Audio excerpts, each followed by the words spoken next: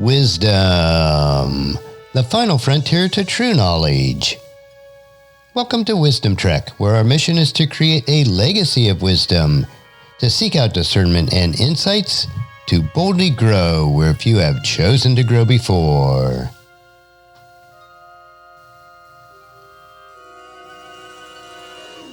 Hello, my friend. I am Guthrie Chamberlain, your captain on our journey to increase wisdom and create a living legacy. Thank you for joining us today as we explore wisdom on our second millennium of podcast. This is day 1458 of our trek, and our focus on Fridays is future technologies and societal advancements. So we call it Futuristic Fridays. My personality is one that I've always been very future-oriented. Since my childhood, I have yearned for exploration and discovery of new technologies and advancements for the future. I grew up watching the original Star Trek series, and even today, on my 64th revolution around the sun, I still dream of traveling into space. Each week we will explore rapidly converging technologies and advancements which will radically change our lives. At times, these topics may sound like something out of a science fiction novel, but each area that we will explore is already well on its way becoming reality over the next couple of decades. To keep with our theme of Ask Gramps, I will put our weekly topics in the form of a question to get us on track. So this week's question was the same as last week, and it is, Hey Gramps, technological advances are moving so quickly. With the world population growing briskly, how will technology impact food in the future? So today's segment will be The Future of Food, Part 2. Last week we focused on the first part of exponential technologies and how they are impacting food production. This week we'll continue exploring how food production is rapidly changing. I am using some of the information mentioned in Peter Diamandis' blog and his book, The Future is Faster Than You Think. Let me ask you a couple questions as we get started today. Could a hamburger grown in a lab from Kobe beef stem cells be cheaper, better tasting, and healthier for you? Can you imagine a future where millions of square miles of pastoral land are reclaimed by nature, creating new forests and revitalize the Earth's oxygen making? Last week, we discussed hyper-efficient food production systems of 2030. This week, we'll continue that discussion, but from a different perspective, because by the end of the next decade, we may witness the end of industrial animal agriculture as we know it.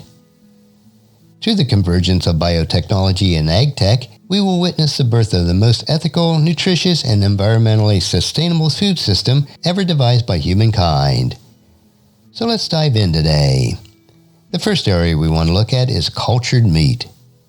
Meat production is often problematic. A quarter of the planet's available landmass is currently being kept by 20 billion chickens, 1.5 billion cattle, and 1 billion sheep just to keep them alive. That is, until we kill them and eat them.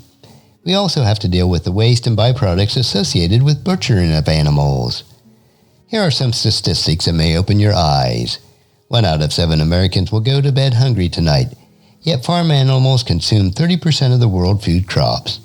It is even more exaggerated in developing countries. Worse is the water involved.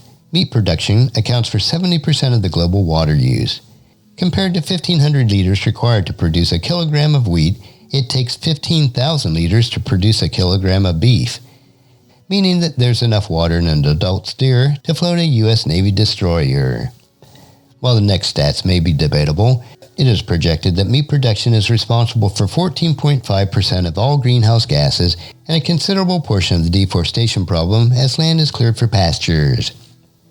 So what is the solution as meat consumption continues to rise throughout our world? One answer is cultured meat, which is a meat grown from a few cells into a full-blown steak. Cultured meat is produced by taking a few stem cells from a live animal, typically via a biopsy, so the animal isn't harmed. Then we feed these cells a nutrient-rich solution. Then we power the whole process in bioreactors. Give the industry a few years to mature and the technology a few years to shed cost, and finally we can produce an infinite number of steaks to feed an increasingly carnivorous population. As with emerging technology, there is still a number of hurdles to overcome in this process, but we are fast approaching the point at which converging exponential technologies will enable the transformation of today's food system. Environmental issues aside, cultured meat has the potential to become far more cost-effective than conventional meat. It will soon compete with the latter on almost every market-oriented criteria in existence. For starters, cultured meat production is mostly an automated process without much need for labor or land. And you think about it, it takes a few months or even years to grow a cow on farms, but only a few weeks to produce a cow's worth of steaks in the lab. It's much more than just steaks. The meats in development range from pork sausage to chicken nuggets to lamb to filet mignon. It all depends on which stem cells you start with. In late 2018, for example, a company called Just Foods announced a partnership with Japan's Wagyu beef producer Toyomana to develop cultured meat from cells of what has long been the rarest and most expensive steaks on Earth.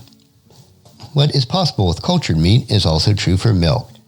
Perfect Day Foods, a Berkeley, California-based company, started by two founders with a passion for cheese, has figured out how to make animal-derived products without any involvement from cows. Combining gene sequencing and 3D printing and fermentation science, they've created a line of animal-free dairy products. So what does this all mean? These food changes will bring about a fundamental reconfiguration of the way that we source, consume, and pay for food, with a much lower environmental cost. So what are some of the other benefits? Such a transformation will revamp our world in ways that we've only begun to imagine. Imagine what it will mean as the world population grows to over 10 billion by 2050, which is only 30 years from now. The reduction of resources alone is considerable. Cultured meat uses 99% less land, 82 to 96% less water, and produces 78 to 96% fewer greenhouse gases.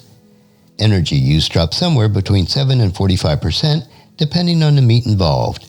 As an example, traditional chicken ranching is much more energy intensive than conventional beef ranching. Now let's think about this. If we can free up a quarter of our land mass, we will have more land available for humans. We can also reforest this land, providing sufficient renewable materials to support that growth. While that's a lot of numbers to consider, what they all add up to is astounding, and ethical and environmental solution to population growth and world hunger. It is also a much healthier solution. As we will soon be growing steak from stem cells, we can do what seemed impossible in the past. We can make a fast food hamburger that is actually good for you. We'll soon be able to increase essential proteins, reduce saturated fat, and even add vitamins to that hamburger. Another huge win, cultured meat requires no antibiotics. Given the danger of diseases like mad cow disease, the next generation of meat consumption will be far safer for the humans, reducing, if not eliminating, the food industry industrial hygiene challenges. Since 70% of emerging diseases come from livestock, by turning to cultured meat, we'll be both lowering global disease burden and decreasing the risk of another pandemic. What will food be like in 2030? Well, over the last 2 weeks, we have explored how converging exponential technologies will revolutionize one of humanity's most basic needs. By the end of this next decade, anyone, anywhere, will have on-demand, ultra-cheap access to lab-grown beef, which will be far more nutritious than livestock-derived products, with a near-zero carbon footprint and safety guarantees. As we've all had to adapt during the COVID-19 pandemic, we may not always want to venture out to shop for these products. The rapidly changing exponential technologies in food production will allow us more choices. The rise of vertical farms, autonomous drone networks, and last-mile delivery enhancements will make food delivery to your doorstep sourced from a lowland-use food production center. Local foods will truly be local. Either that or you can download physiology-optimized recipes to your in-home food 3D printer. These exponential food technologies are starting to sound like Star Trek food replicators already. While traditional agriculture has experienced shifts and industrialization, growing food has roughly been the same since the beginning of human history. Soon to undergo one of the most monumental technological revolutions in history, our food system is about to be leagues more efficient, ethical, and sustainable than ever before, not to mention far healthier. In just a few years, humans will become the first that derives our protein from other animals, yet doesn't harm any animals in the process. Meat miles, and that is the transportation costs involved in moving meat around, will nearly disappear. Slaughterhouses may become a story that we tell our grandchildren about. our planet is already significantly strained for producing enough food under the weight of 7 billion people, we'll have a fighting chance for food abundance as we grow to 10 billion people by 2050. Even with all these exciting food technologies that are coming in the next couple of decades, we know that as Christ followers, we do not have to be anxious or worried, for God will take care of us. He may just use some of these technologies as His instrument. In Matthew chapter 6, verses 25 and 26, we are told, "That is why I tell you not to worry about everyday life, whether you will have enough food and drink, or enough clothes to wear. Isn't life more than food, and your body more than clothing? Look at the birds. They don't plant or harvest or store food in barns, and yet our Heavenly Father feeds them. Aren't you far more valuable to Him than they are?" And that's a wrap for today's question. Join us again next Futuristic Friday as we look at virtual reality from deception to disruptive on our Ask Gramps episode. Our next trek will be Meditation Monday, where we will help you to reflect on what is most important in life. So encourage your friends and family to join us and then come along with us on Monday for another day of Wisdom Trek, Creating a Legacy. If you'd like to listen to any of the past 1,457 daily treks or read the associated journals, they are all available at wisdom-trek.com. And I encourage you to subscribe to Wisdom Trek on your favorite podcast player so that each day will be downloaded to you automatically. And thank you so much for allowing me to be your guide, your mentor, but most importantly, I am your friend as I serve you through the Wisdom Trek podcast and journal each day. And as we take this trek of life together, let us always live abundantly, love unconditionally, listen intentionally, learn continuously, lend to others generously, lead with integrity, and leave a living legacy each day. I am Guthrie Chamberlain, reminding you to keep moving forward, enjoy your journey, and create a great day every day. See you on Monday.